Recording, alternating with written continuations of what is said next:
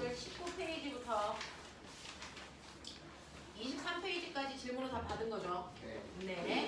그리고 저번 시간에 우리 돌림임에 있었죠. 네. 맞아요. 네. 돌림임에 해당되는 내용 다 하셨고요. 그래서 숙제 어디까지라고 말씀을 드렸었냐면 45. 40부터 45까지가 숙제였어요. 맞아요? 네, 맞습니다. 자, 그러면 여기에 해당되는 질문 맞고요. 오늘은 드디어 중력장 안에서의 운동 이렇게 들어가도록 할게요. 다른 반은 지금 다 하고 있는 중. 얘는 조금 급하게 가도록 하죠.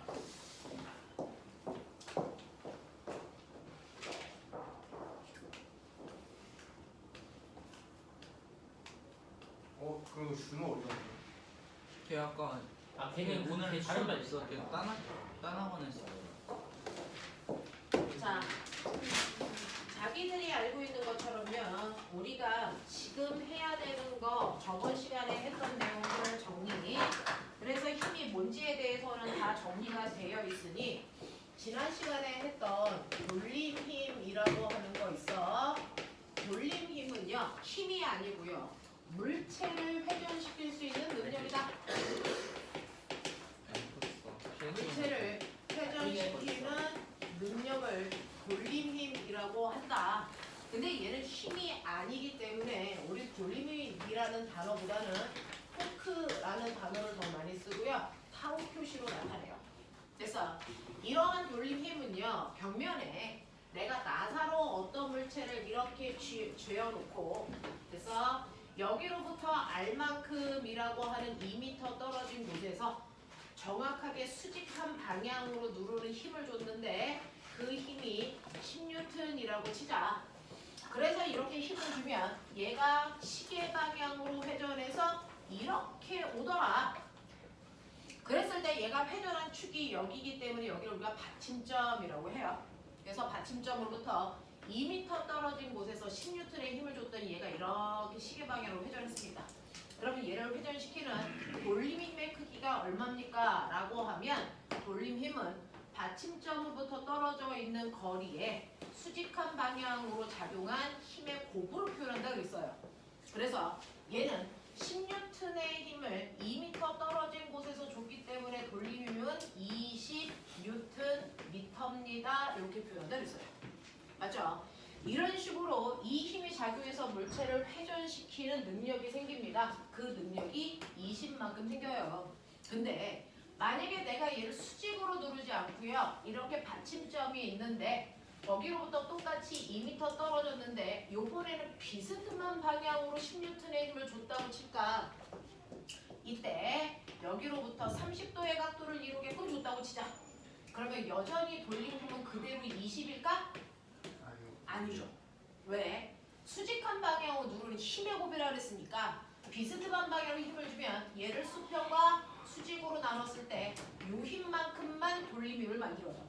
됐죠? 그러면 요 크기는 얼마냐면 여러분들이 보시는 것처럼 10 곱하기 사인 30도니까 2분의 1 몇 뉴턴의 힘으로 누른 거야? 5뉴턴의 힘밖에 안 준 거거든요. 그래서 얘는 5뉴턴의 힘으로요 2m 떨어진 곳에서 눌렀기 때문에 돌림힘이 겨우 10뉴턴 미터밖에 안 돼요. 이렇게 되는 거예요. 그래서 수직한 방향으로 같은 힘으로 눌렀을 때 최대의 돌림 효과를 볼 수 있고요. 비스듬해지면 비스듬해질수록 돌림힘의 효과는 줄어들 수밖에 없다. 알겠어요? 네, 이렇게 되는 거고. 이러한 돌림힘을 이용해서 만든 도구 중에서요. 우리가 주로 쓰는 게 바로 뭐 있습니까? 지뢰라는 아이가 돌림힘을 이용해서 만든 대표적인 도구야. 지뢰는요. 이렇게 받침점이 있고요. 일반적으로 짧은 쪽에 물체를 놓고 그 물체를 들기 위해서 반대편을 눌러준단 말이죠.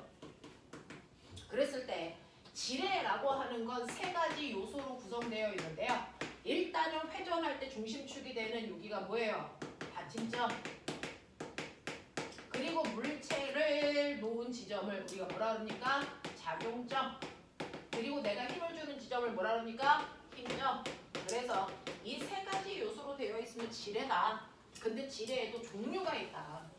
지뢰에도 종류가 있는데 그 중에서 첫 번째 일종 지뢰라고 하는 게 바로 기본적인 모습 이 순서다. 그래서 작용점 다음에 받침점 있고 받침점 다음에 힘점이 있는 이런 구조로 되어 있는 아이가 일종 지뢰고요. 대표적으로 가위가 이런 형태더라. 우리가 타는 시소도 이런 형태더라. 됐지? 자, 그런가 하면 이중지뢰라는 아이도 있다. 이중지뢰는 앞에 있는 얘네들 순서를 바꿔서요. 받침점 다음에 작용점이 있고 작용점 다음에 힘점이 있는 이런 구조야. 됐죠? 이런 구조를 하고 있는 대표적인 게 병따개가 있더라. 그랬을 때요. 모든 길이를 잴 때 여러분들 시소를 보면 사실은 여기서 아빠가 800N의 힘으로 중심으로부터 1m 떨어진 곳에서 눌러. 근데 균형을 이루기 위해서 400N인 아이는 몇 미터 떨어진 곳에서 앉아야 되니? 이런 문제 했었잖아요. 그쵸? 아빠는요. 반시계 방향으로 돌림힘을 주고 아이는 시계 방향으로 돌림힘을 줘서 그 돌림힘의 크기가 같은 순간에 어느 쪽으로도 회전하지 않는 멋진 말 돌림, 힘, 평형 상태를 유지할 텐데 그 중에 아빠는 800N의 힘으로 1m 떨어진 곳에서 반시계 방향에 돌림힘을 준다면 아들은 400N의 힘으로 몇 미터 떨어진 곳에 앉아야 되니? 2m 떨어진 곳에 앉아야 돌림이 평형을 주더라.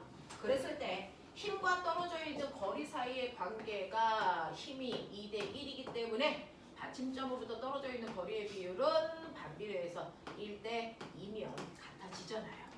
그렇죠? 자, 그래서 우리는 이 거리와 힘 사이의 관계를 봐야 되는데 이 거리라고 하는 이 거리는요. 반드시 받침점으로부터 작용점까지 받침점에서 힘점까지의 거리 비율을 얘기해요. 그러면 병따개는 여기가 받침점이고요. 여기가 작용점이고요. 여기가 힘점이거든요. 그랬을 때 받침점으로부터 작용점까지의 거리가 1이고 작용점에서 힘점까지의 거리가 1이라면 사실은 받침점에서 작용점까지의 거리가 1일 때 받침점에서 힘점까지 요 거리는 얼마가 되니? 2가 되거든요. 그러면 길이비가 1대 2니까 힘의 비는 어떻게 되겠습니까? 2대 1이래요. 그래서 길이비가 1대 2이기 때문에 힘의 비는 반비례해서 2대 1만큼밖에 안 들어요. 그래서 실제로 병뚜껑을 들어 올리기 위해서 200N의 힘이 필요하다면 실제로 사람이 줘야 되는 힘은 100N밖에 안 돼요. 되겠습니까? 이런 구조를 띄고 있는 거죠. 자, 그런가 하면 세 번째 3종지뢰라는 아이도 있어요. 3종지뢰라는 아이는 표준 모형에서 반대쪽 여기 두 개를 바꾸는 거죠. 그래서 작용점 다음에 힘점이 와요. 그 다음에 받침점이 오는 요 구조더라. 이 구조를 보면 얘는 대표적으로 낚싯대가 그렇다.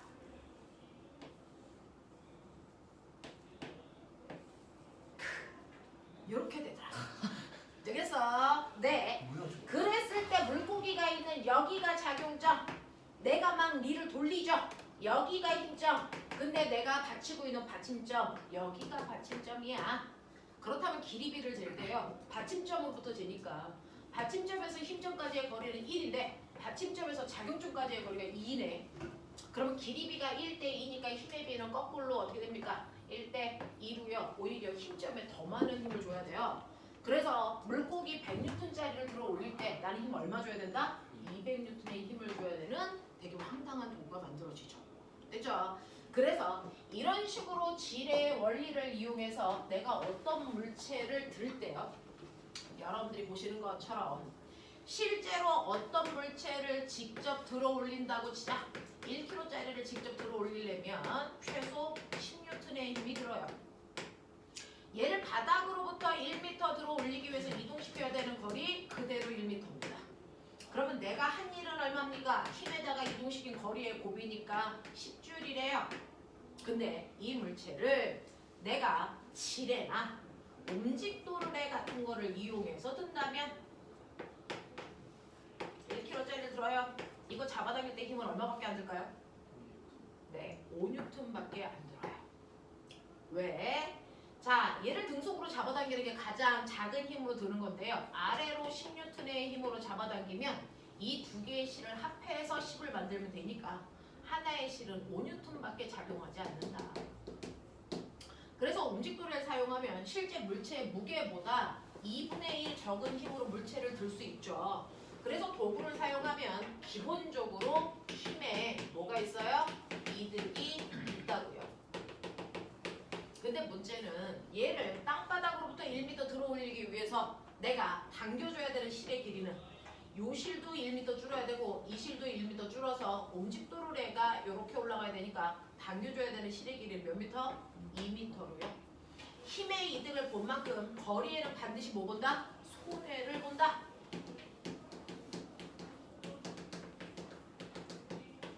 그래서 도구를 사용해서 한 일도 결국은 곱해보면 10줄로 도구가 없을 때와 한 일의 양은 똑같습니다. 그래서 도구를 사용해도 일에는 뭐가 이득이 없다. 이게 결론이죠. 그래서 어떤 도구를 사용하더라도 힘의 이득을 본 만큼 거리에 손해를 보기 때문에 한 일의 양에는 변화가 없다는 걸 우리는 일의 원리가 성립된다. 이렇게 설명했어요. 근데 그 중에서 낚싯대 같은 경우는 오히려 힘의 손해를 보죠. 그래서 예를 들어서 10N 따위 물고기를 잡아당기려면 20N의 힘을 줘야 돼. 그렇죠? 힘에 뭘 받습니까? 2배나 많은 힘을 줘야 되는 힘의 손해를 받죠. 왜 그럴까요? 힘의 손해를 보면 그만큼 거리에 뭘 볼 수 있니? 이득을 볼 수 있어요. 그래서 물고기가 1m 올라오기 위해서 나는 0.5m만 땡기면 되니까 거리에 이득을 보기 위해서 힘의 손해를 보는 거죠. 그래서 네, 이렇게 되면 한 일의 양의 변화가 없는 건 똑같습니다. 됐죠? 그래서 목적에 따라서 거리의 이득을 볼 거냐 힘의 이득을 볼 거냐에 따라 도구의 종류를 결정하는 거다. 알겠냐? 이렇게 되는 겁니다. 그래서 돌림 힘이라고 하는 건 이런 거다. 자, 그러면 이런 식으로 어느 쪽으로 기울었어도 애가 넘어지지 않아야 안정적 구조잖아요. 우리가 건물들을 지을 때 가장 안정적으로 지으셔야죠. 안정도.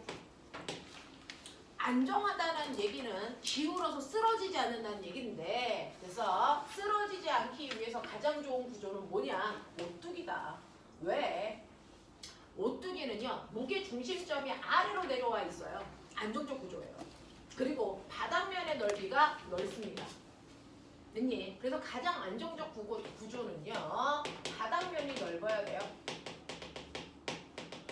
그리고 무게 중심은 아래로 내려와야 된다.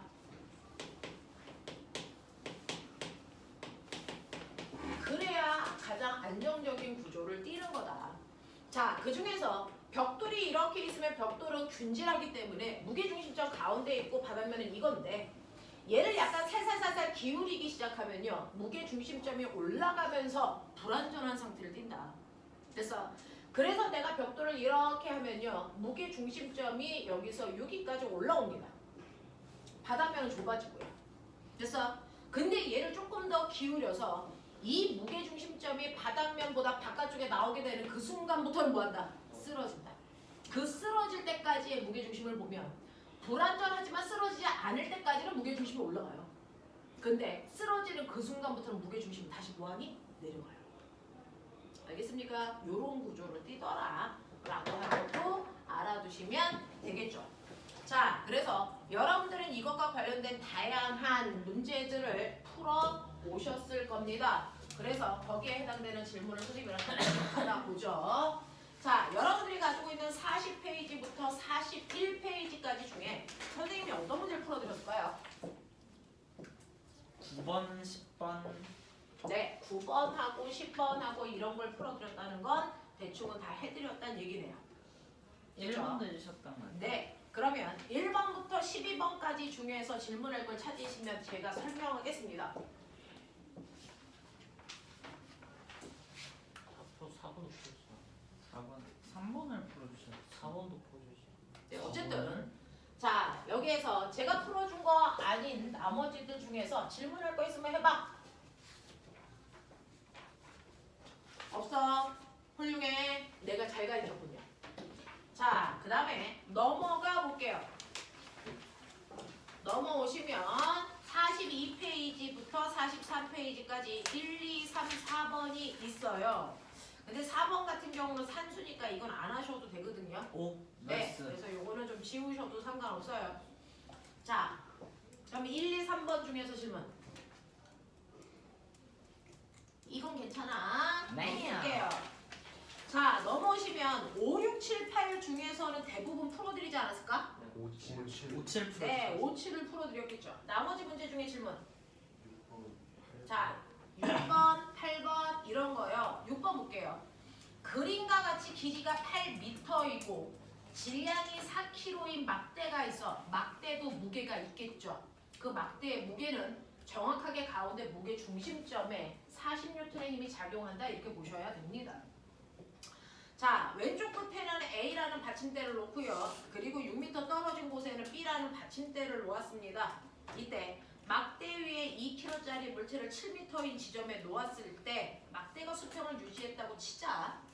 A가 막대에 작용하는 힘의 크기는 FA라고 하고 막대가 B에 작용하는 힘의 크기는 FB라고 할 때 FA, FB 어떨까? 라는 얘기를 했는데요. 이게 이제 총 종합적인 문제예요. 이런 건 질문해 주시는 게 맞습니다. 자, 여러분들 기억나요?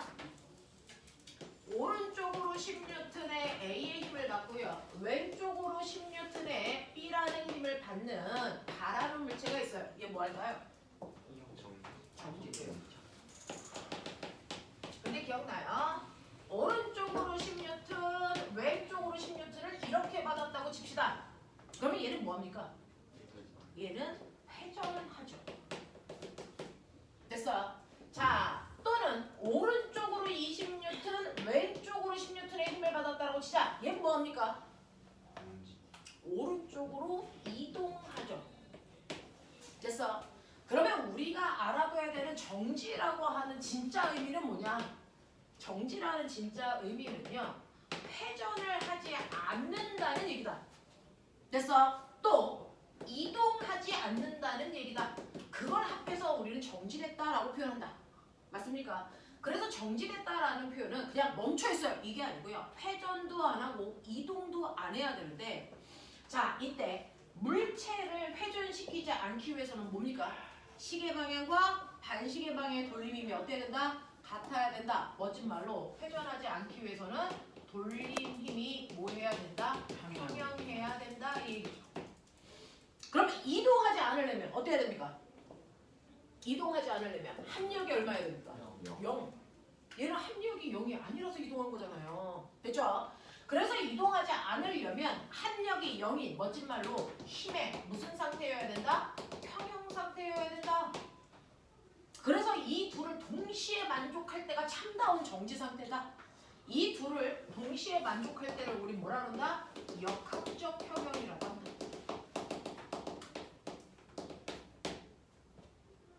됐습니까?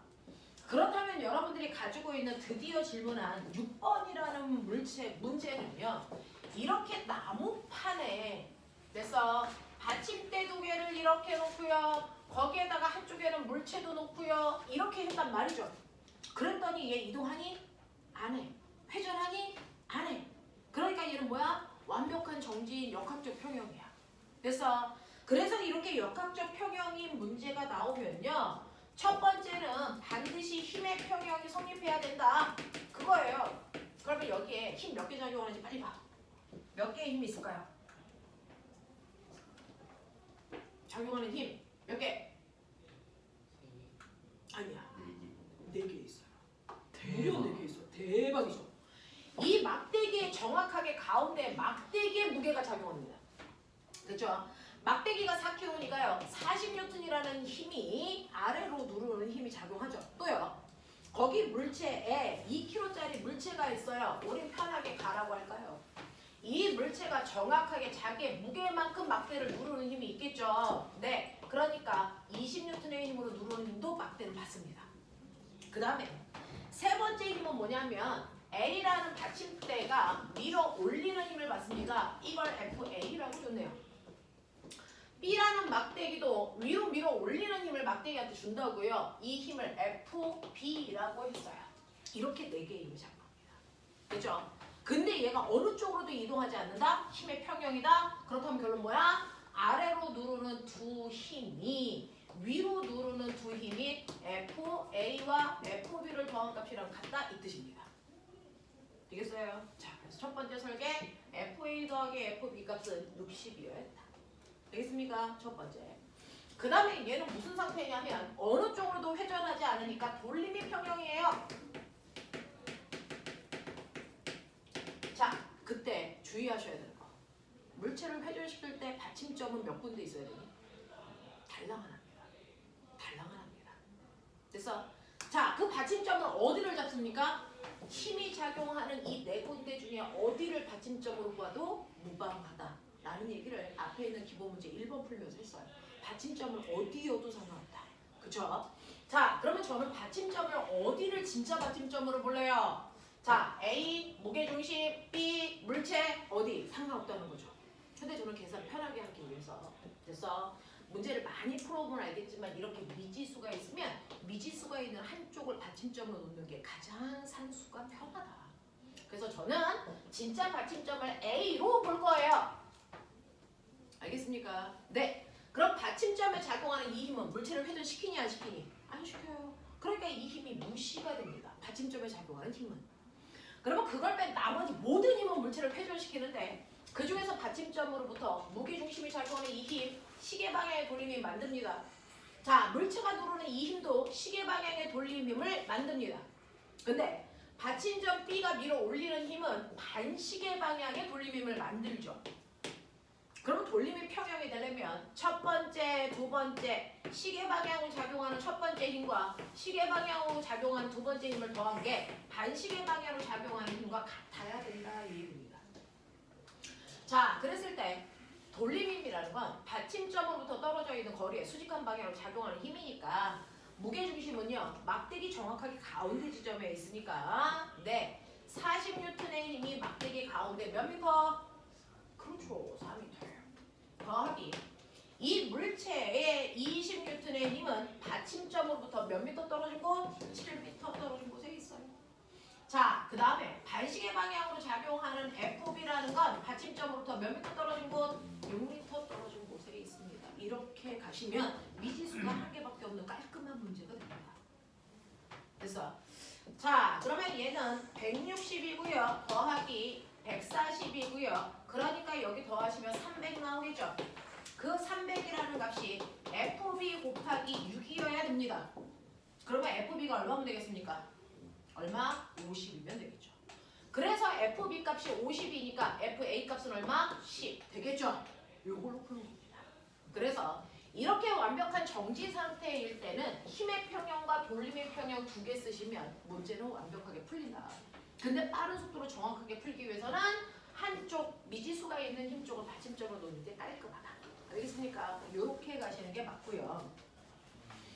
그 다음에 여러분들 8번을 물어보신 사람이 있어서 해볼게요. 8번은요.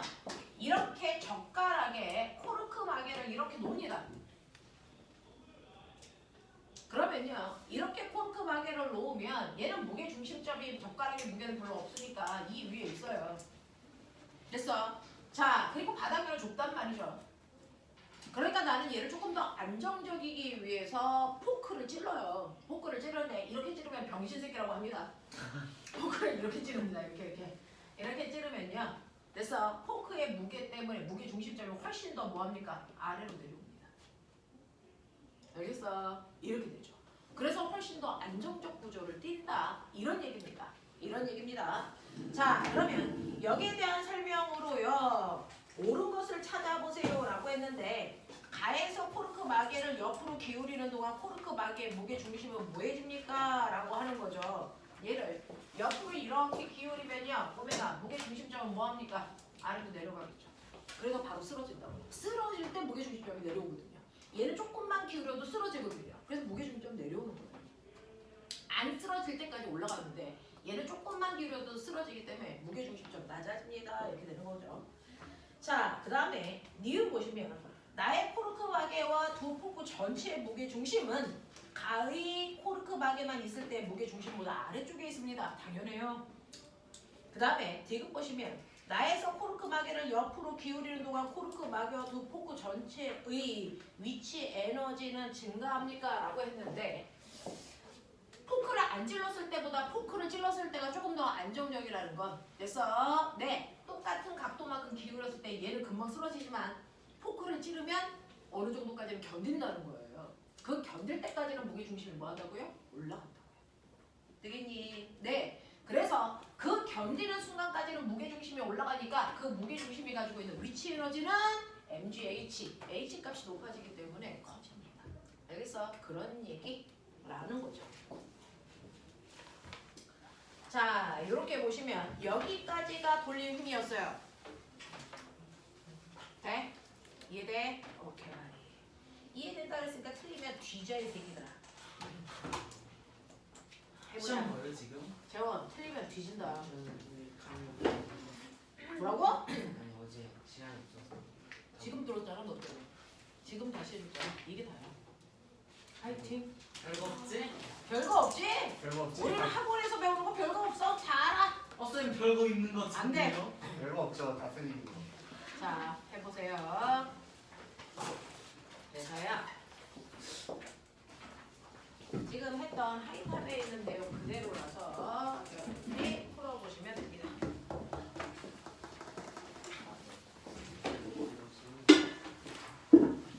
시작.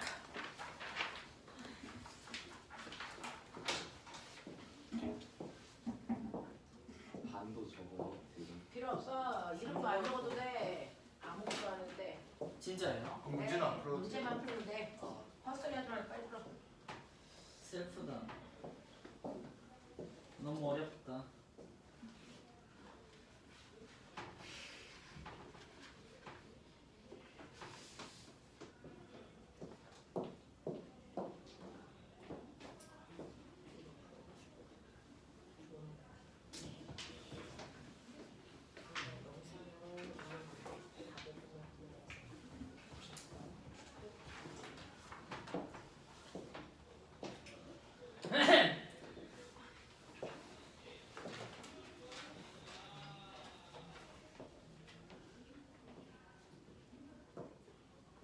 선생님,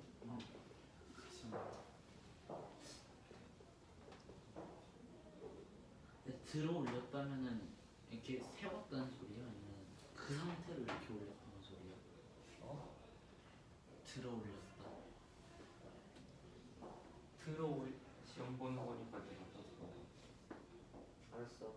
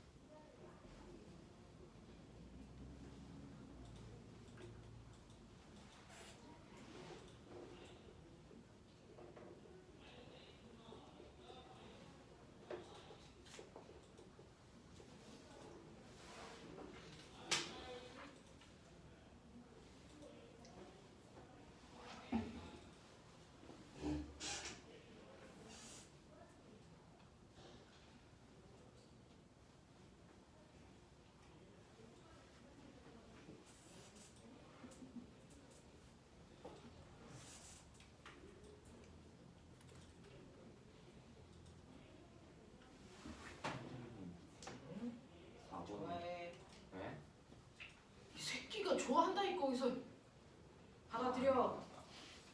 근데 아니요. 맞습니다. 잘못 봤어요. 뭐야?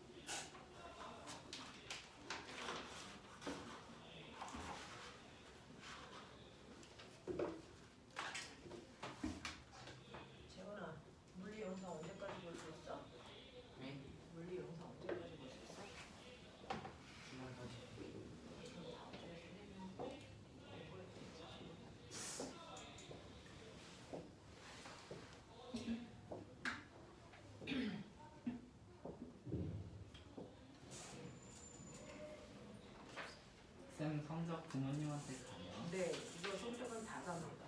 진짜요? 우리 이제 입시기 때문에 여러분들이 학원에서 보는 모든 주제와 모든 정기고사 성적은 부모님한테 카톡으로 전송됩니다. 저 올림피아드 안 간다지 않았어요? 올림피아드는 그 학부 모의고사 성적은 안 가지만 저기 풀모의고사 성적은 갈 거고요. 풀모의고사 언제 봐요?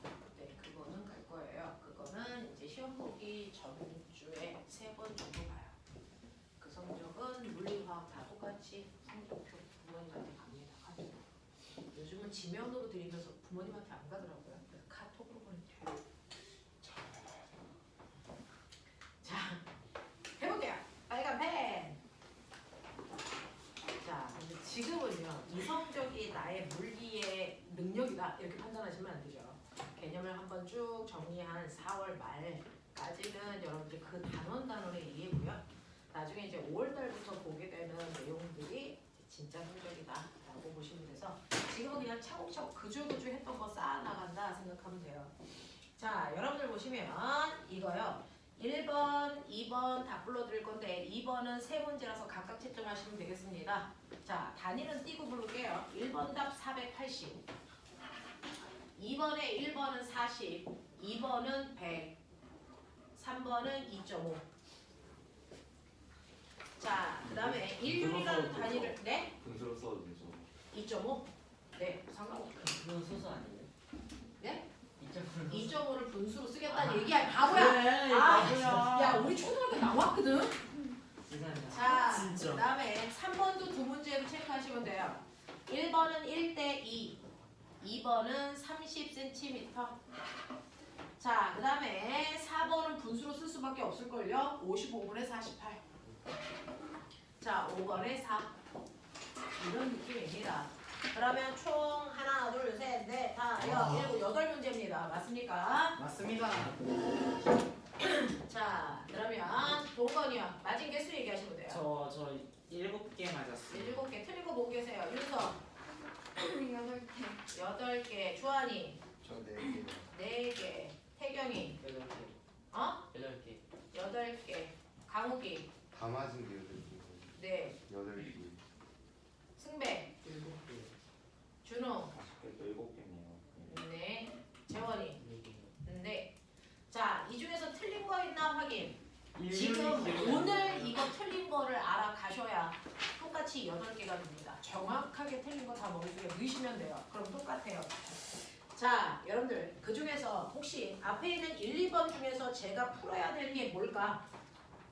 쌤 일일이 기억이 안 나요. 네, 라고 하는 인륜이라는 건 중학교 교과과정에서 빠지면서 심한 내용이 되는데 여러분들이 한 일이 얼마입니까? 라고 하면 힘에다가 밀고 간 거리를 곱하는 거다. 그러니까 어떤 애가요 바닥에 있는 물체를 10N의 힘을 주고 2m 밀고 가는 일을 했어. 그러면 당연히 10 곱하기 2 해서 한 일은 20줄이겠죠. 근데 이러한 똑같은 일을 A라는 사람은 1초 만에 했고요. B라는 사람은 10초 만에 그 일을 했다고 치자. 누가 더 빨리 한 거니? A가. 됐어? 라고 하는 우리는 무슨 개념도 나중에 배울 거냐면 일한 빠르기야. 일도 얼마나 빨리 했냐? 일한 빠르기가 있다고요. 그걸 우리는 일률이라고 해요. 이건 물리 1에도 없고 물 2에도 없습니다. 하지만 중학교에 있던 내용 중에 빠진 부분이라서 이제 여러분들 입시하는 친구들은 말씀드립니다. 일률. 이러한 일률은요. 한 일의 양을 걸린 시간 초로 나누시면 되고요. 단위는 와트입니다. 그래서 이 일률과 똑같은 게 전력입니다. 전력. 중3 때 마지막 단원에서 배워요. 전력. 그래서 네, 이거와 같은 거죠. 그래서 한 일을 걸린 시간 초로 나누기 때문에 A 같은 경우에는 20줄의 일을 하는데 1초 걸렸대요. 그러면 얘는 일률이 20줄 퍼 초예요 라고 쓰기도 하지만 단위 겹치는 거 귀찮아서 20W예요 이렇게 쓴다고요. 됐죠? B 같은 경우에 일률은요 똑같이 20줄의 일을 하는데 10초 걸렸잖아요. 그러니까 얘 일률은 2W예요 이렇게 쓰라는 얘기예요.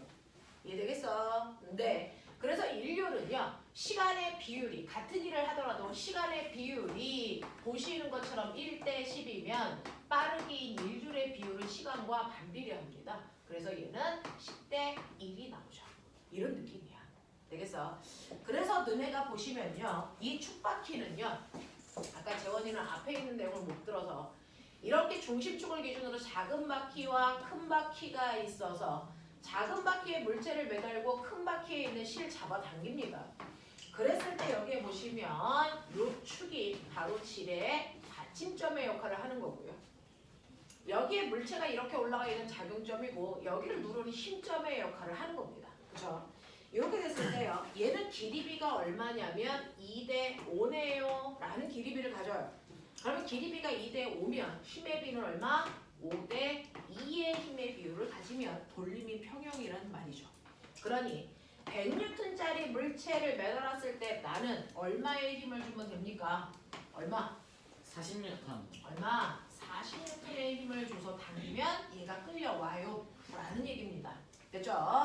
자, 그래서 여기에 있는 1번 같은 경우에 F의 힘의 크기는 40N이면 돼요 라고 하는 거고요. 이러한 힘을 이용해서 물체에 일을 할 때요. 일률은 얼마입니까? 라고 하는데 머리 있는 분들이 몰라요. 일률이라고 하는 거, 여러분들이 알고 있는 일률이라고 하는 거, 한 일을 걸린 시간 초로 나누는데 꼬맹아 봐봐. 일은 어떻게 구해? 힘 곱하기 밀구간 거리. 거리. 그걸 걸린 시간 초로 나누는 거야. 뭐가 보이나? 오 대박이다. 뭐가 보이니? 시간분의 거리가. 이게 뭐니? 대박. 그래서 일률은요. 사실은 힘에다가 속력을 곱해서 구할 수 있다. 이 얘기예요.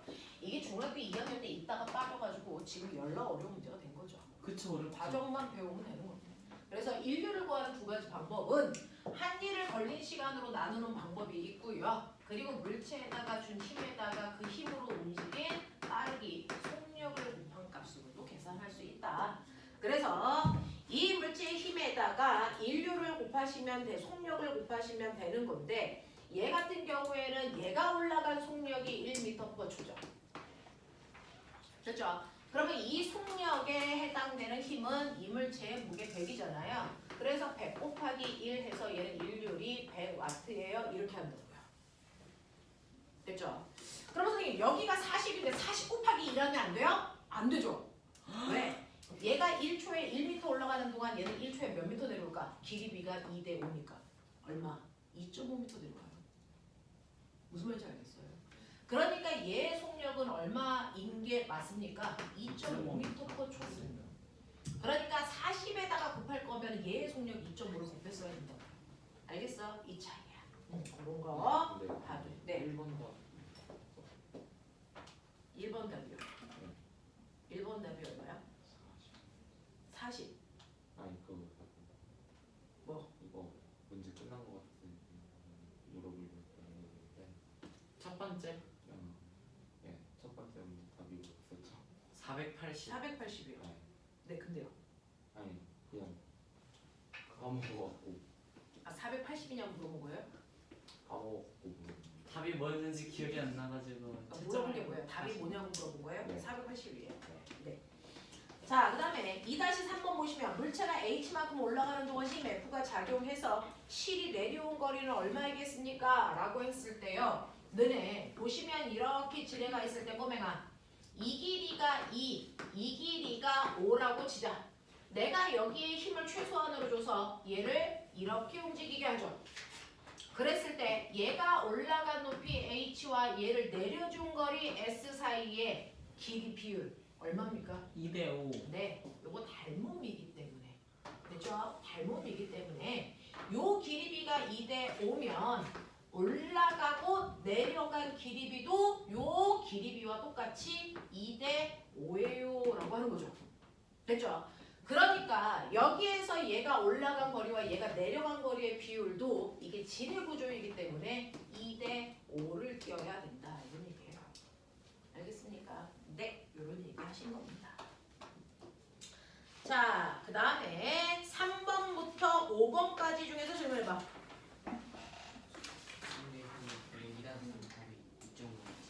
네, 그래서 여기서 올라간 높이가 h라고 해요. 됐어. 네. 그럼 내려간 높이는 2분의 5h. 자, 그 다음에 3번부터 5번까지 중에서 질문. 4번 보시면요. 사람이 누워있는데 이 얘기는 이제 하이탑에도 있던 문제인데요. 사람이 이렇게 누워있어요. 그래서 그 사람의 머리 부분에서 누르는 힘이 얼마냐면 300N이고요. 다리 부분에서 누르는 힘이 얼마냐면 250N이에요. 그래서 사실은 됐어. 이 사람의 몸무게가 이제 550이야. 뭐 이런 얘기인데. 됐죠? 자, 여기서 누르는 힘도 있고 여기서 누르는 힘도 있는데 얘가 어느 정도 안 기울어? 쓰러지지 않아. 됐어? 네. 볼륨이 평형이죠. 오 대박. 그랬을 때 어딘가에 받침점이 있다는 거죠. 다시 말해 무게중심점. 거기가 어디냐는 거죠. 무게중심점을 찾으려면 이 힘의 비율이 몇 대 몇입니까? 6대 5죠. 그러면 거리 비율은 정확하게 머리로부터 5 떨어진 곳, 다리로부터 6 떨어진 여기가 이 사람의 무게중심점일 거야. 이 얘기예요. 그러면 이 사람의 전체 길이는 160cm인 1.6m짜리 사람이라고 했잖아요. 그러니까 이 사람의 무게중심은 발끝에서부터 얼마 떨어진 여기에 있니? 라고 하는 거죠. 되겠어? 네. 160이라고 하는 1.6을요. 몇 등분? 11등분 한 것 중에서 6개 간 만큼이 됐죠? 무게중심점이 있는 위치일 거야 라고 얘기한 거예요. 알겠어? 그렇게 계산하시면 되는 숫자 더러운 문제예요. 자, 또요. 돼? 하겠어? 집에 가서요. 지금 다 맞은 친구와 그렇지 않은 친구는요. 딱 5분 만에 수준이 똑같아진 거예요. 오 대박. 설명해 드렸잖아요. 그러면 이제 나도 다 아는 문제가 되는 거거든요. 수준 차이 5분 만에 없애드렸거든요. 그 수준 차이를 계속 없는 상태를 유지하려면 집에 가서 복습하셔야 됩니다. 틀린 사람들은. 네. 맞죠? 네. 자, 그러면 여기까지가 지난 시간에 했던 내용들 정리.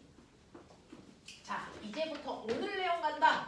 오늘 내용이 평면상의 운동이다라는 얘기야. 자, 평면상의 운동 중에서요. 여기서 파울하고 있는 사람 몇 명? 2명. 자, 2명을 뺀 나머지는 다 무릎을 하고 있기 때문에 수업 시간에 다 모를 시간에 들은 내용. 파울하는 친구들은 물리를 너무 잘하니까 파울하기 때문에 복습할 필요가 없겠죠.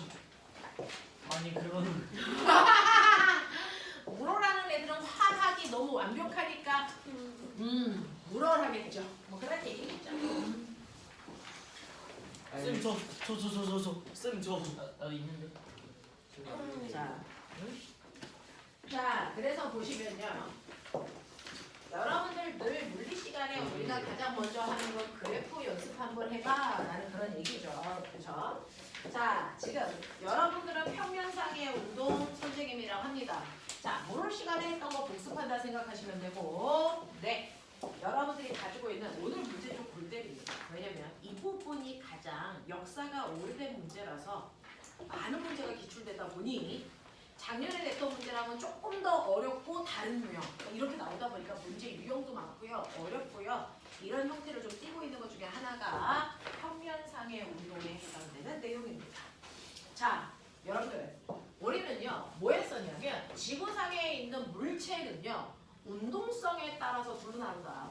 시간이 지나도 그 위치에 계속 있는 정지된 물체가 있는가 하면 시간에 따라서 물체의 위치가 달라지는 물체도 있다 라고 하는 네 지구상에 있는 물체의 운동성에 따라서 나누면 한 지점에 머물러 있는 정지된 물체와 시간이 지나면 위치가 달라지는 운동하는 물체로 물리는 물체를 나눕니다. 물리에서 보는 물체는 멈춰 있는 것과 가고 있는 것 이걸로 나누는 거예요. 됐죠? 그러면 멈춰 있는지 가고 있는지 모든 사람이 다 뚜렷하게 구분할 수 있어? 네. 병신만 아니면 구별이 됩니다. 왜 구분이 돼요? 라고 하면 움직이는 물체는 정지된 물체와는 다른 특징을 가지고 있기 때문이에요. 그게 뭐냐면 이렇게 움직이는 물체는 어딘가를 향해 갑니다. 오른쪽, 왼쪽, 위, 아래 라고 하는 움직이는 물체는 반드시 어딘가를 향해 가는 방향이라는 성질을 갖고요. 똑같이 10m 떨어진 곳을 어떤 애는 1초 만에 가고 어떤 애는 10초 만에 가잖아요. 그러니까 물체 모두 가지고 있어요. 빠르기도 가지고 있는, 움직이는 물체만이 가지고 있는 운동 상태라고 하는 걸 반드시 가지고 있기 때문에 정지된 물체와 구별된다. 그래서 움직이는 물체를 구분하는 건 운동 상태의 멋진 말 빠방, 요거 보시면 돼요. 빠방이 있으면 가능해, 빠방이 없으면 정지되어 있는 물체. 알겠습니까? 요거예요. 그 빠르기와 방향을 중학교 1학년 때부터 운동 상태라고 했다. 알겠어? 운동 상태라고 했다. 저거 그냥 상태라고 하면 안 됩니다. 그냥 상태라고 하면 물질의 상태를 얘기해요. 고체, 액체, 기체. 그러니까 물리에서 반드시 운동 상태라고 하셔야 돼요. 됐죠? 네. 맞아요. 네. 자, 그래서 이렇게 빠르기와 방향을 가지고 있다라고 했고요. 우리 어디까지 했는데요? 지난 시간에 연직운동까지 했나요? 어디까지 했어? 평면상의 운동. 물을 한 거랑 겹치면서 좀 헷갈려가지고. 자, 그러니까 물어한 사람들은 놔두고요. 화울한 2명. 우리 수업 시간 어디까지 했어? 여기 써져 있는 거로는 등가속도 운동까지요. 가속도 운동 종류만 저기를 하고 등가속도는 안 나온 거. 네, 그래서 거기까지 갈게요. 자, 그래서 움직이는 물체는 이렇게 빠르기와 방향을 가지고 있다라고 얘기했고요. 그랬을 때 움직이는 물체의 방향은요, 위쪽, 아래쪽, 됐어, 앞, 뒤 이렇게 쓰시면 되지만 방향도 계산하기 위해서는 반드시 뭐? 플러스와 마이너스의 기호로 놓고 계산하면 된다. 그러면 플러스는 어떤 방향, 마이너스는 어떤 방향? 그건 네가 정하는 거죠. 그 중에서 플러스가 만약에 앞이라면 마이너스는 뭐? 뒤로 반드시 서로 반대 방향이 이만하면 된다라고 하는 거죠. 자, 그런가 하면 물체가 움직일 때 얼마나 빨리 움직여? 라고 하는 이러한 빠르기는 일정한 시간 동안의 위치 변화량으로 계산할 건데, 그 중에서 위치 변화량을 나타내는 방법은 두 가지죠. 뭐하고 뭐 있다 그랬어? 변이하고 이동과 그렇죠. 됐어. 어떤 애가 앞으로 10m 가다가 뒤로 백해서 4m 옵니다 라고 할 때 앞으로 간다 뒤로 간다 라는 방향 신경 쓸래 안 쓸래? 안 쓸 거야. 네, 움직임 방향은 신경 쓰지 않고요. 간 크기만을 계산한 빠르기를 멋진 말로 이동거리라고 해서 얘는 14m 갔어요 이렇게 얘기하라 그랬어. 근데 앞으로 간 10m와 뒤로 간 4m는 다르잖아요. 그래서 저는 방향을 신경 쓴 내가 움직인 위치 변화량의 크기 얘기할래? 이거는 우리는 위치 변화량 변이라고 하고요.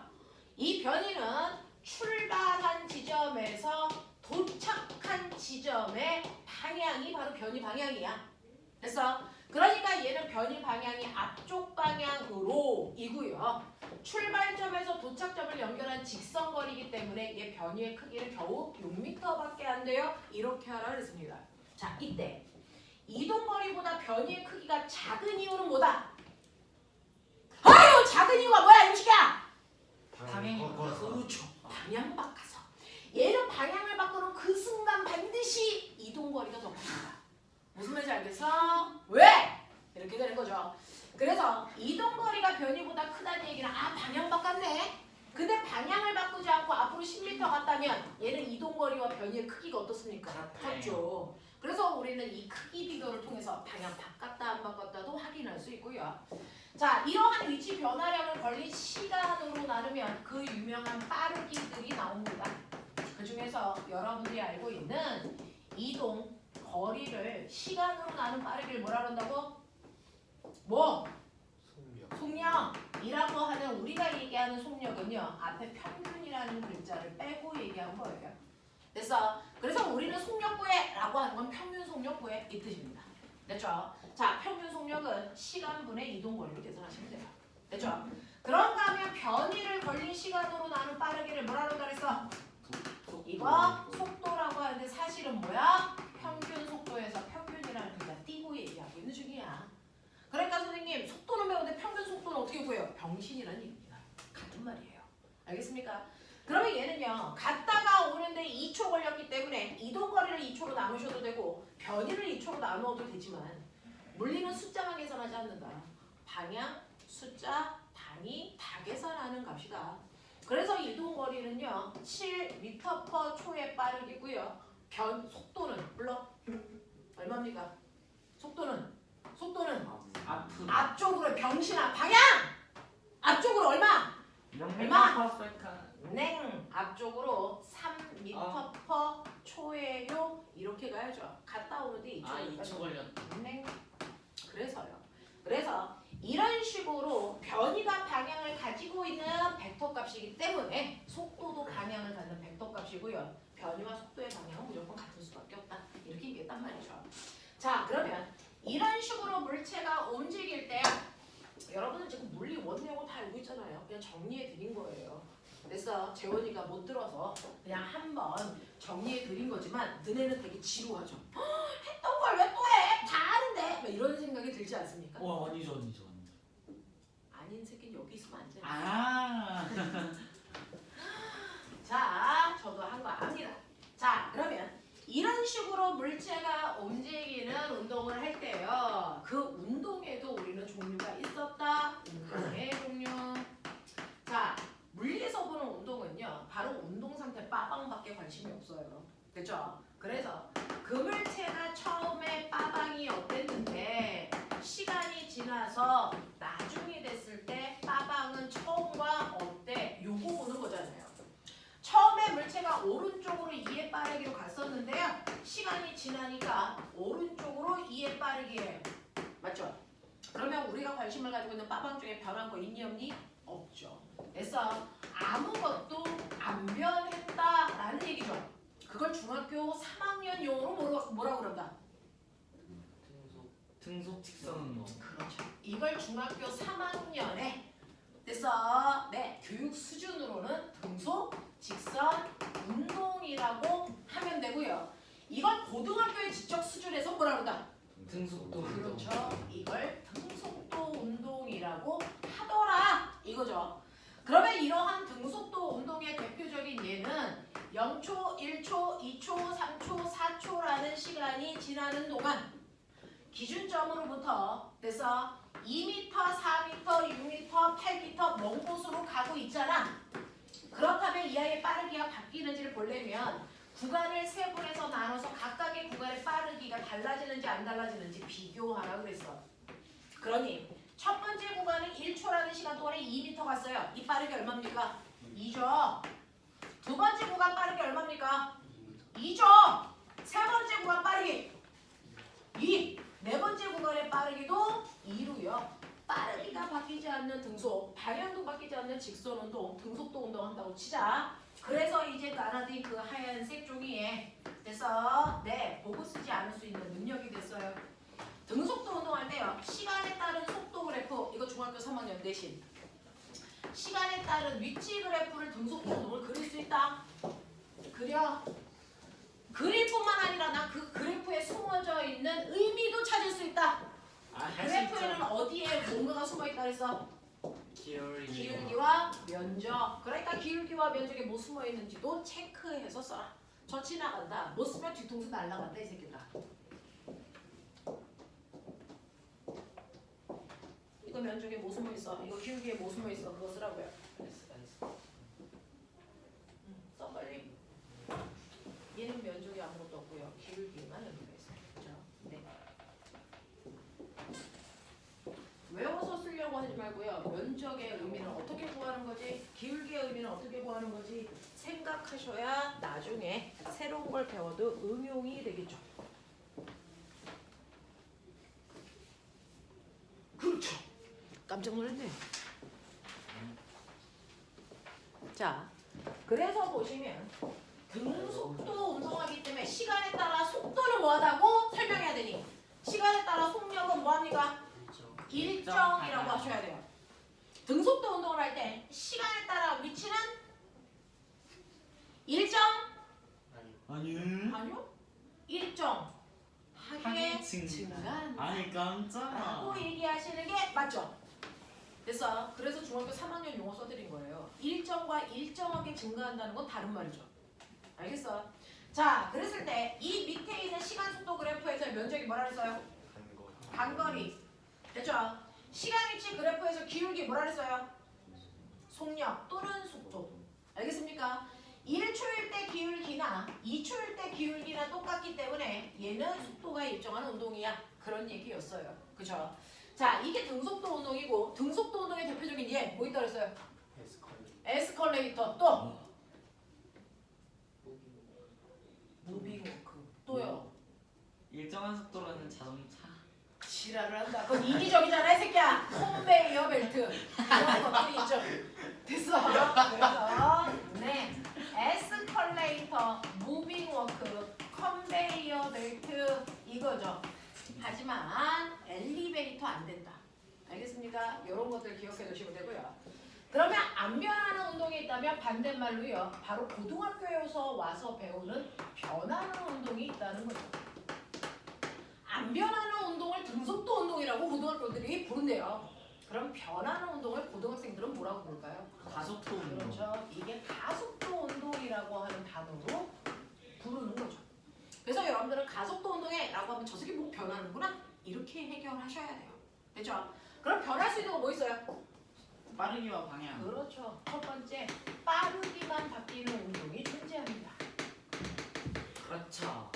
네, 두 번째 방향만 바뀌는 운동도 존재합니다. 그렇죠. 세 번째 빠르기와 방향이 다 바뀌는 운동도 존재하는데 자 이제 너네가 외웠어야 되는 5개의 용어가 튀어나와야죠. 네. 빠르기만 바뀌는 대표적인 예는 뭐 있습니까? 자유낙하. 그렇죠. 빠르기만 바뀌는 대표적인 운동은 자유낙하 운동이라고 하는 중력만 받고 떨어지는 운동이 빠르기가 일정하게 증가하는 운동이죠. 그렇죠. 또 뭐 있습니까? 연직상반 운동도 빠르기만 바뀌는 대표적인 운동으로요. 됐어? 네. 지면에서 공을 똑바로 던져 올리면 얘는 속력이 0이 될 때까지 올라간다. 이렇게 얘기했잖아요. 그쵸? 방향만 바뀌는 운동은요? 등승원. 네. 등속원 운동이 있어요. 빠르기와 방향 다 바뀌는 운동은요? 네. 진자 운동하고요. 포물선. 그렇지 내 새끼들아. 포물선 운동이 있는데 생각 담아봐. 너네가 나한테 배웠으면 난 늘 이걸 설명하는데 어떤 물체가 가고 있어요, 내려가고 있어요, 자유낙하죠. 근데 네. 이 새끼는 점점 빨라져요. 네. 근데 내가 연직 상반으로 던지면 얘 느려지죠. 네. 뭔 차일까요? 방향. 아, 그 가는 방향으로 운동 방향은 맞아요. 운동 방향과 힘의 방향이에요. 첫 번째 경우의 질량이 M인 물체 중력 받아요 라고 하는 힘 받는데 그 힘의 방향이 운동 방향과 무슨 방향이니까 같은 방향이니까 속력이 점점 빨라지는 거잖아요. 네. 근데 얘는 속력이 점점 느려져도 얘는 뭐 받아요? 중력 받아요. 근데 그 중력이라는 그 힘이 운동 방향과 무슨 방향이에요? 반대 방향이기 때문에 속력이 줄어드는 거죠. 그래서 뭐가 바뀐다라고 하는 변하는 이유는 너네는 원 배웠으니까 다 알죠? 힘 때문이에요. 힘. 근데 그 힘을 어느 방향으로 받느냐에 따라 뭐가 바뀌냐를 결정할 수 있어요. 똑같이 10N이라는 힘을 줘도 빠르기만 바뀌는 10N을 만들 수도 있고요. 방향을 바뀌게 하는 10N의 힘을 줄 수도 있고요. 빠르기와 방향을 다 바뀌게 하는 10N의 힘을 줄 수 있다는 거죠. 그걸 결정하는 건 운동 방향과 힘의 방향의 각도죠. 그 중에서 빠르기만 바뀌게 하려면 결론 운동 방향과 힘의 방향 뭐 하면 된다? 나란하면 된다. 같은 방향과 반대 방향을 합해서 나란한 방향으로 힘이 작용하니까 빠르기만 바뀌는 거구나 이 얘기였어요. 그러면 운동 방향만 바뀌게 하려면 힘을 받아야죠. 변하게 했으니까. 어떻게 힘 주면 된다 그랬어? 그렇죠. 그래서 물체에다가 실을 매달고 뺑글뺑글 돌리는 등속 원운동을 시킬 때는요. 항상 어디에 공이 오더라도 실을 끊어보면 원래 물체가 가려는 운동 방향으로 날아갑니다. 그 방향은 언제나 원의 접선 방향이 물체가 원래 가려는 운동 방향입니다. 그렇죠? 원의 접선 방향이 물체가 원래 가려는 운동 방향. 원의 접선 방향이 물체가 원래 가려는 운동 방향인데 그 방향과 언제나 90도 방향에 힘 받아요. 언제나 90도 방향으로 힘, 언제나 90도 방향으로 힘이 작용하더라. 그래서 방향만 바뀐다. 근데 원운동을 할 때 그 힘은 항상 한 점에 모이죠. 어디? 원의 중심. 그래서 그 힘을 뭐라 그런다? 90년. 중심을 향하는 힘이다. 90력이라고 부른다. 이 얘기죠. 그래서 방향만 바뀔 때는요. 물체 운동 방향과 주고 있는 힘의 방향이 수직이다라는 뜻이다. 알겠습니까? 오케이. 자, 근데 빠르기와 방향 다 바꿀 거예요. 그 빠르기와 방향 한꺼번에 다 바꿀 때는요. 운동 방향에 어느 방향을 힘줘야 돼요? 그렇죠. 비스듬한 방향. 그래서 포물선 운동을 하고 있는 오늘의 주인공은 얘인데요. 이 물체가 여기 있던 상관없이 물체가 올라갔다 내려가는 동안 무슨 힘을 받을 거냐? 중력이라고 하는 지금 중심을 향하는 이 방향으로 힘 받을 텐데 그 힘이 물체가 가려는 운동 방향과 뭐 합니까? 비스듬한 각도를 이루잖아요. 그래서 한꺼번에 다 바뀌는 거라고요. 알겠습니까? 그래서 빠르기와 방향을 다 바꾸기 위해서 비스듬한 방향으로 힘 받고 있구나라는 거 납득하시면 되겠죠. 그러면 어쨌든 간에 이렇게 변하는 운동을 우리가 가속도 운동이라고 했었고요. 그러한 가속도 운동 중에서 너네는 알고 있다. 등가속도와 등가속도가 아닌 그냥 가속도 운동이 있다는 거. 그 중에서요. 여러분들이 알고 있는 것처럼 0초, 1초, 2초, 3초, 4초가 지날 때 0, 2, 6, 12, 20이라고 하는 거리를 간다고 치죠. 구간 빠르게 어떻게 되는지 보려면 이거 1번 구간, 2번 구간, 3번 구간, 4번 구간이었다. 1번 구간 동안의 평균 속도 얼마? 2, 2번 구간 4, 3번 구간 6, 4번 구간 8로요. 빠르기 속력은 바뀌더라. 그러면 속력이 변할 때 속력 변화량, 일정한 시간 동안의 속력 변화량을 우리는 가속도라고 하더라. 그래서 일정한 시간 동안의 속도 변화량을 보니까 얼마 변했어? 2, 얼마 변했어? 2, 얼마 변했어? 2. 같은 시간 동안에 속도 변화량이 똑같기 때문에 얘는 가속도의 크기가 같은 무슨 운동이다? 등가속도 운동이다. 그죠? 그러면 이러한 등가속도 운동도 우리 그래프 그릴 수 있다. 이렇게 됐냐? 빨리 그려. 시간에 따른 가속도 이거 아직 못 채우면 반성하십시오. 시간에 따른 속도, 시간에 따른 위치 그래프를 그리시고 그 안에 숨어있는 의미 쓰시고 저는 뒤통수를 때리러 가고요. 지금 차려 이 새끼들. 가속도. 우와 우리 아들 멋지다. 너 우리 학원의 평균 이하가 동건인데 동건이가 아는 걸 질문했다? 넌 뒤진다. 저 평균이에요? 우와. 돈값 실패.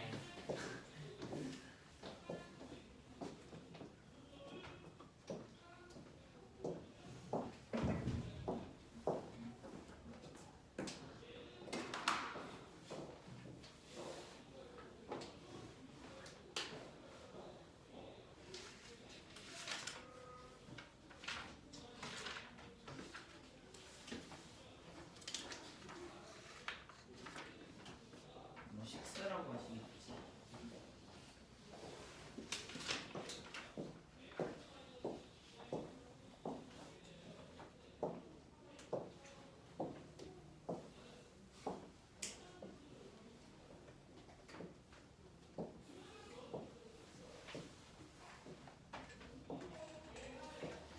자꾸 내가 먹던 거 탐낸다. 자꾸 먹던 거 탐낸다. 자, 간다. 등가속도 운동의 그래프를 그리면 느끼는 것처럼 가속도의 크기 일정하죠. 일정 그래프죠. 속도는요. 시간이 1초일 때보다 2초로 시간이 2배가 됐을 때 속도가 2에서 4로 속도도 정확히 같은 비율 늘어났어요.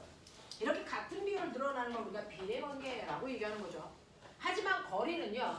시간이 2배 늘어났을 때 간거리는 2배보다 크게 늘어났기 때문에 비례 모습이 안 됩니다. 됐죠? 그래서 포물선의 형태 이렇게 뛴다라고 말씀을 드렸고요. 그랬을 때 아까랑 똑같이요. 시간 위치 그래프는 모양이 이렇게 생기던 상관없이 언제나 기울기가 뭘 나타낸다? 속도를 나타낸다. 근데 기울기 중에 1초인 순간을 지나는 접선 기울기가 있어요. 2초인 순간을 지나는 접선 기울기도 있죠. 그 기울기가 점점 뭐해집니까? 커지는 거죠. 됐어. 이 접선 기울기는 뭘 나타냅니까? 접선 기울기는 바로 1초, 2초인 순간, 바로 그 순간의 순간 속도를 나타내라. 그 순간순간의 속도가 뭐 해주고 있다? 빨라지고 있다는 얘기죠. 되겠습니까? 네. 근데 기울기 중에서요. 접선 기울기가 아니고 0초에서 2초까지의 구간 기울기라는 것도 구할 수 있다. 맞아. 구간 기울기도 구할 수 있죠.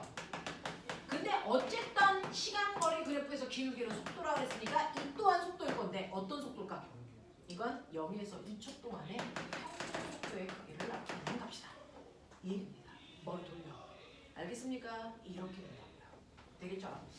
자, 그런가 하면 시간 속도 그래프에서 밑에 있는 넓이는 간거리라고 했어요. 똑같습니다. 그러면 기울기는 뭘까요? 기울기는 시간분의 속도 변화량이죠. 그러니까 뭐예요? 가속도죠. 그러면 1초일 때 가속도가 크냐? 2초일 때 가속도가 크냐? 똑같아요. 그러니까 등가속도라고요. 오. 됐죠? 그래서 얘는 기울기가 가속도예요. 라는 얘기죠. 맞냐? 자, 그런가 하면 시간 가속도 그래프에서 밑에 있는 넓이는 뭐예요? 뭡니까? 속도가 아니고 속도 변화량이죠. 그래서 얘는 1초일 때 가속도 2였어요. 그럼 1초 동안의 속도 변화량이 얼마입니까? 2. 그래서 1초가 지나면 있어. 속도는 1초당 2씩 늘어. 2씩 늘고 있죠. 그러면 2초가 지나면 속도 변화량 얼마? 4. 그래서 2초가 지나면 속도는 4 증가해야 돼. 이런 느낌입니다. 알겠습니까? 네. 라고 하는 밑에 있는 넓이는 속도 변화량을 얘기한 거다. 라는 얘기였어요. 자, 그러면 이런 식으로 우리가 물리원에서 했던 걸 지금 다 하고 있어요. 물투 배운다고 돈 냈는데 물원하고 있습니다. 물투는 물원 내용이에요. 개념은 바뀌지 않습니다. 왜요? 그러니까 물투는요 확장된 내용이지 새로운 내용을 가르쳐주지는 않습니다. 그냥 똑같은 내용인데요. 단지 하나의 관점에서 확장시키는 것뿐이다. 그래서 개념은 똑같다. 복습한다 생각하시면 되죠. 자, 그러면 이런 식으로 등가속도 운동할 때요. 이제 여러분들 등가속도의 가장 기본적인 건 VT 그래프로 해결하는 겁니다. 정확하게 아십니까? 등가속도의 형태의 VT 그래프는 처음에 속도가 있는 상태로 일정하게 증가해도 등가속도, 처음 속도가 없는 상태로 일정하게 증가해도 등가속도, 처음 상태의 속도가 있는 상태로 일정하게 감소해도 등가속도이지만 시간에 따라 속도 그래프를 그릴 때 속도가 이지랄로 증가해요. 등가속도니 아니라는 거죠. 그러니까 등가속도의 의미를 정확하게 이해한다면 속도 변화량이 일정하다는 얘기다. 알겠니? 이 형태를 띠면 등가속도야. 자, 그 중에서 나는 처음 속도가 있는 상태로 일정하게 증가하는 등가속도 그래프를 그렸다고 치자. 그랬을 때 기울기는 가속도고 면적은 위치 변화량이라고 했는데 t초 지난 후에 나중 속도가 얼마인지 뭐 이런 것들 구하는 공식이라는 걸 어렸을 때 배웠다. 어렸을 때 너무 오래전 일이에요. 자, 예를 들어 처음 속도를 멋진 말로 우리가 초기 속도 줄임말 초속도라고 불러요. 한국말로. 그래서 초속도가 2였다고 치자. 자, 속도가 2 한국말 무슨 뜻? 1초에 2m씩 간다 이 뜻이죠. 그럼 3초 지나면 몇 미터 가요? 6m 간다. 그러면 10m 가려면 몇 초 걸려요? 5초. 5초. 이거 거속치라는 공식 필요 없죠. 네. 머리만 제대로 돌아가면 다 돼요. 아니 상식이죠. 그죠? 네, 상식이죠. 그리고 이 새끼 가속도가 3이라고 치자. 가속도가 3이에요? 무슨 뜻이니? 1초에 속도가 30 뭐합니까? 저 그래프니까 증가해요. 그거죠. 그럼 2초 지나면 속도 얼마 증가해야 되니? 6 증가한다는 속도 변화량의 6은 어떻게 구한 거니? 가속도에다가 시간을 곱한 거죠. 그러니 얘는 처음보다 속도가 이만큼 증가했어. 그거 어떻게 구한다고? AT로 계산하면 된다고. 납득하냐? 네. 네. 그랬을 때 2초 지났습니다. 나중 속도가 얼마인지 구해주세요 라고 하는 등가속도에서 나중 속도 구하는 공식 써. 공식 쓰라고. 등가속도 운동할 때 나중 속도를 구하는 공식이라는 게 있었어요. 정지호하면 나타나기 시작한다. 이 썩을 놈의 개놈의 새끼들아. 안 그랬어요. 재원아! 빨리 써! 아니 왜 AT인지 AT냐면요. 얘는 1초의 속도가 30 증가하는 거잖아. 그죠? 그럼 2초 지나면 6 증가죠. 3초 지나면 9 증가죠. 그 9라고 하는 속도 증가량을 네가 어디로 볼게? 가속도에다가 시간 곱해서 나눠. 그래서 되겠냐? 네. 자, 했다.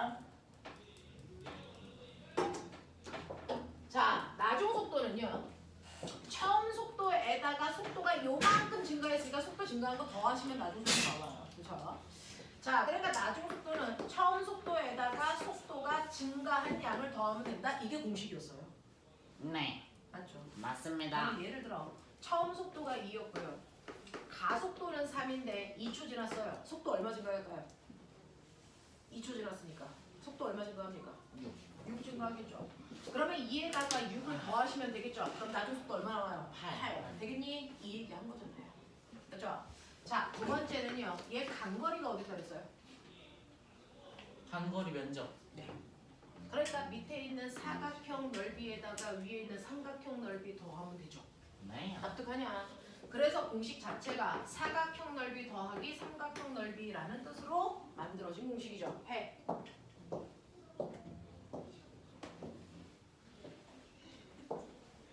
저거를 공식으로 만들어내면 어떤 모습이 될까요?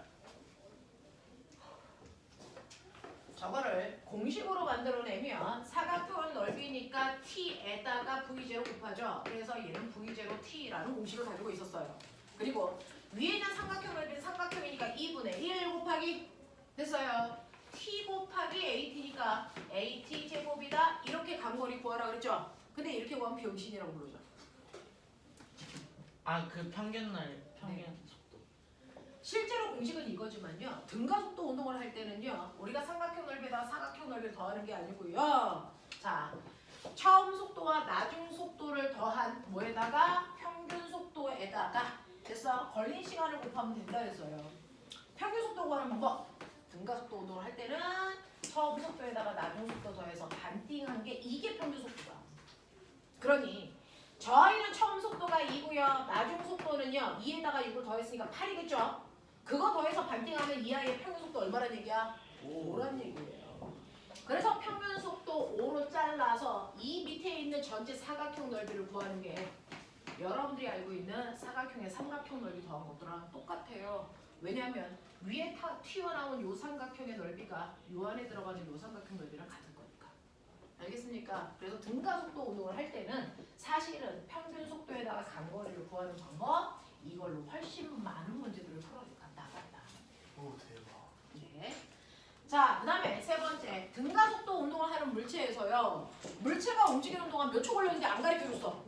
그럼 시간에 대한 정보가 없을 때 쓸 수 있는 유일한 공식 불러. EAS. EAS는 V제곱 마이너스 V0 제곱으로 구하면 되더라. 그래서 등가속도는 이 세 가지 공식과 그래프로 다 풀어요. 이렇게 되는 거죠. 그러면 등가속도 중에 가장 대표적인 건 너네가 알고 있는 게 누구니? 말해. 자연학화. 자연학화와 연직상관. 그렇죠. 자, 이제 물투 갑니다. 물어는요. 등가속도는 이런 거야 라는 개념만 배우고요. 물투는 그거의 구체적인 예, 자연학화 어떻게 풀어? 연직상관 어떻게 풀어? 포물선 어떻게 풀어? 라고 하는 실예로 들어가는 거예요. 됐죠? 그러면 등가속도 운동 중에 대표적인 게 자유낙하 운동이 있다 그래서 자, 자유낙하 운동과 낙하 운동은 다른 말이니 같은 말이니? 자유낙하 운동과 낙하 운동은 같은 말이니 다른 말이니? 이거 달라요. 자유낙하는요. 물체가 떨어질 때 뭐만 받아야 돼? 중력만 받아야 돼. 공기저항이 있어 없어? 없어요. 공기저항 없이 중력만 받아서 떨어지는 운동을 자유낙하 운동이고요. 그럴 때만 등가속도입니다. 알겠어? 공기저항 있을 때 떨어지는 건 낙하 운동이고요. 얘는 등가속도 운동이 아닙니다. 아시겠어요? 그래서 여러분 중학교 때부터 고등학교 2학년 때까지는 자유낙하밖에 안 배웁니다. 공기저항이 있는 순간에 떨어지는 운동 이거는 여러분들 대학 가서 배우는 일반 물리야. 알겠어? 하지만 여러분들은 자소서 쓸 때 얘는 써. 네, 왜요? 우리는 실제로 떨어질 때 물체는 낙하 운동하지 자유낙하를 할 수가 없어요. 안 돼. 그러니까 알겠습니까? 그래서 간 거예요. 자, 그러면 우리는 일단은 자유낙하를 완벽하게 해야죠. 여러분들이 알고 있는 것처럼 물체가 있어요. 얘가 땅을 향해서 떨어집니다. 됐죠? 자유낙하입니다. 그 자유낙하는 시간 속도 그래프 그리십시오. 빨리 그려. 이제부터 물투입니다. 자유낙하하는 물체의 시간에 따른 속도 그래프 그려보시라는 거죠. 이때요. 처음 속도 얼마로 시작할까요? 0인 상태로 자유낙하한다. 처음 상태 0인 상태로부터 자유낙하했다고 치자. 꼬맹아 오류가 생길 때인데 자연악화는 무조건 처음 속도가 0이어야 되니? 그건 아니에요. 던지고 나서 또 중력만 받으면 자연악화예요. 여기서 초속도가 있어도 자연악화할 수 있어. 근데 우리 초속도가 0인 상태를 의지하고요. 자, 처음 속도가 0인 상태로 자연악화합니다. 그러면 시간 속도 그래프 어떻게 됩니까? 이렇게 되죠. 맞니? 자, 얘는요. 물체의 질량이 m인데요. 얘가 떨어질 때 어떤 힘 받아요? 중력. 중력이죠. 그랬을 때 가속도 보시면 가속도는 질량분의 힘이니까 질량분의 물체가 받은 힘 중력. 그러면 가속도는 뭡니까? 중력 가속도를 받습니다. 그죠? 자연악화하는 물체는 중력 가속도 얼마로 생각할래? 10이죠. 자, 그러면 우리가 1초 지나면 속도가 얼마가 되니? 10이에요. 또 1초 지나서 2초가 되면 속도가 얼마니? 20입니다. 그럼 저 하나 물어보죠. 네가 그린 저 그림은 1kg짜리를 자연악화 시켰을 때니 100kg짜리를 자연악화 시켰을 때니 상관없어요. 전혀 상관없죠. 1kg를 자연악화 시키던 100kg를 자연악화 시키던 됐어. 질량하고 무관하게 가속도가 생기기 때문에 시간에 따라 속도 변화량은 똑같다는 겁니다. 무슨 말인지 알아요? 그렇다면 자연악화할 때 그래프는 몇 종류야? 한 종류. 한 종류예요. 우주에 이거밖에 없어. 지구에. 그래서 지구에서 자연악화할 때 그래프는 이거밖에 없습니다. 모든 자연악화 그래프는 얘입니다. 맞죠? 그럼 이때 보세요. 그러면 자연악화 시켰어. 초속도가 0인 상태로 1초 동안 떨어진 거리 얼마? 15T 아니라 5m. 떨어진 거리 어디다 있어? VT 그래프에서 개새끼들아. 면적. 어딨어? 면적! 와! 구몬의 세계! 와! 옆에 수학 선생님들도 계시는데 신재원 넌 오늘 심의 한 번 더 하겠다. 뭐예요? 그치. 1초 동안 간 거리 얼마니? 5. 그래서요. 오. 자연악화 시키면 무조건 1초에 5m밖에 못 내려갑니다. 됐어? 자, 2초 동안의 낙하거리 20이죠. 알겠습니까? 1km도 100km도 상관없다는 거죠. 자연악화 시키면 무조건 물체는 1초 지나면 5m, 2초 지나면 20m 떨어지니까 1초일 때 5m 내려왔어요. 2초일 때는 여기서 15m 더 내려가서 20m 낙하했어요. 이런 얘기잖아. 납득하냐? 이게 자연악화야. 알겠죠? 네. 자, 그러면 이렇게 자연악화를 할 때 우리가 알고 있는 거, 아, 물체를 떨어뜨리면 1초에 속도가 10씩 증가하네? 근데 꼬맹아, 얘가 바닥에 닿을 때 내가 봤어. 이 새끼 속도가 30이야. 대박. 이 새끼 속도가 30이라는 얘기는 자연악화한 지 몇 초 지났다는 거야. 3초. 그렇지. 무슨 말인지 알아? 이 물체를 떨어뜨렸는데 2초 만에 땅 소리 났어. 이 새끼 속도가 얼마나 부딪혔을까? 20m 20이죠. 떴을까? 그럼 20으로 부딪혔다는 얘기는 그 새끼가 얼마 높이에서 자연악했다는 거야? 20m. 안 외워? 아 20m. 외웠어요 쌤. 됐지? 우진쌤이 무슨 말인지 알지? 자연악화 그래프 하나밖에 없는데 저 숫자를 못 외울 이유가 없지. 1초의 낙하거리가 신재원이 몇 미터라 했어? 5미터라 했지. 10m 뒤진다. 알겠어? 자, 그러면서 꼬맹아 머리 있는 척해. 구몬의 힘. 어렸을 때 꼭 구몬 안 하면 빨갛판 했던 새끼들이 눈높이에 눈높이 했던 새끼들이 꼭 1초 동안 간거리가 10m가 나와. 이 새끼들이 구몬 하라 그랬잖아 이 새끼들아. 기탄 수업 집에서 나왔는데. 귀탄 같은 소리 하고 앉아있네. 자, 머리 있는 척해. 꼬맹아 요 넓이를 우리가 1이라고 치자. 네. 구몬에서 배웠다. 이 넓이 얼마지? 3번. 그렇지. 1, 3, 5, 7. 7. 9. 보이냐? 그러니까 1초 동안 간 거리가 얼마라고? 5m. 그러면 1초에서 2초 동안 더 간 거리가 얼마라고? 15m. 2초에서 3초까지 더 간 거리 얼마라고? 25. 되겠냐? 그럼 3초 동안 떨어진 전체 거리는 얼마나? 45m. 45. 되겠지? 헛소리하면 뒤진다. 그러면 이 건물의 높이를 재고 싶어요. 방법. 차로 이렇게. 지랄하네. 새끼 떨어뜨리면 되지. 뭐 천만에 총소리 나는지 알면 되지. 자연악화 하나밖에 없는데. 알겠어? 그거 하면 되지. 되겠냐? 이런 식으로 우리는 자연악화를 사용할 건데, 자, 10분만 쉬었다가요. 눈가속 동식이 자연악화에서 어떻게 변형되는지 보여드릴게요. 힘들다. 쌤, 저 오늘 배운 내용을 몇 번 신재원 하려고. 병신 새끼 10m 오늘부터 엄마랑 상담 들어갈 거야. 쌤 이거 야간 할래? 야간 이 정도면 야간 들어가줘야지. 재령쌤 오늘 야간 아, 시간 아쉽네. 나는 어제 하고 싶었는데 잘못 나온 거 같아. 잘못 나온 거 같아서 이 미대 친구가 나와야 되는데 하이스쿨. 네. 야, 저거 빨간 거 눌러. 멈춰 저거 녹화.